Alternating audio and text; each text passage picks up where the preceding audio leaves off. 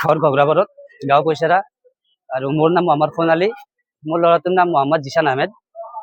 তাক মোটামুটি আজি 5 দিনমান হ'ল মেকুৰে কামুৰিছিল।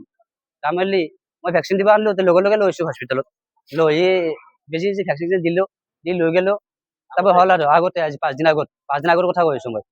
তাৰপিছত আজি সিহঁতৰ ডক্টৰে শ্লিপখন লিখি দিছে যে আজি কিমান তাৰিখ, 6 তাৰিখ, আজি 6 তাৰিখে লৈ আহিবা বেবীটো বেজি দিম। আমি সেইমতে লৈ আহিলোঁ। ধুনীয়া ল'ৰা একদম আহিছোঁ, আমি চকীতে খোজকাঢ়ি যাই আছোঁ। তাৰপৰা এই ভেকচিনটো প্ৰথম এইখন হাতত দিছে, দিয়াৰ পিছত অলপমান চিৰিজটো সোমাই দিছে, অলপমান সাধাৰণ বেজি দিছে আৰু চিৰিজটোৰ পৰা অলপমান গেছি বেজিটো। তাৰপৰা ছেকেণ্ড হানত নলিলাক দিবা, এখন হাতৰ পৰা উলিয়াই আনিলাক। তাৰপৰা এখানত দিলাক, এইখানত মোটামুটি তাক 5 হান মান মাৰছি। এতিয়া আপোনালোকে দেখলি গমেই পাব হাতখন।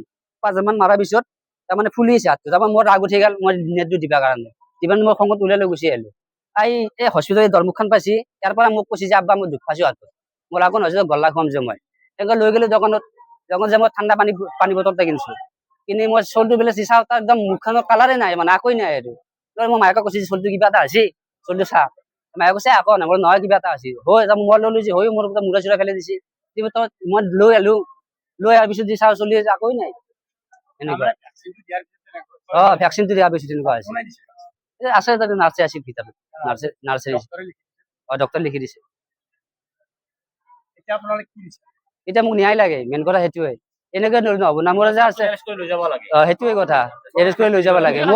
মোৰ 2 বছৰ 7 মাহ চলটোৰ সেই বয়সৰ চলি এটা মাৰি পেলাইছে হাজন ফুল হেৰিত, মোক যে ল'ৰাটো লাগে।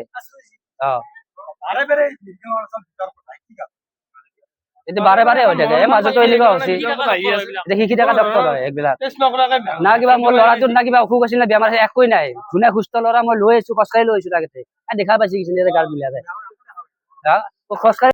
মই আমাৰ গাঁৱৰে সম্পৰ্কীয়। এই ৰাতিপুৱা ভেকচিন দিব অনা বুলি শুনিলোঁ, ভেকচিনটো দিয়াৰ পিছত চলটো ঢলি পৰি যাব বুলি ক'লা। তাৰপিছত চলটো মানে অসমীয়া বন্ধ হৈ গৈছে, যাই পৰি গৈছে।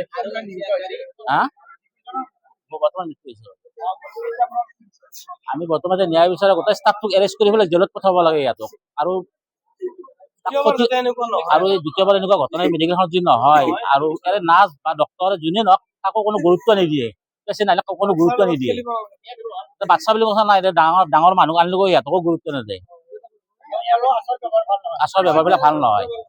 মানে ডক্টৰে পেচেণ্টটো হাতেৰে লাৰিও নাচায়, কি হৈছে মুখখন সুধি লয়। কি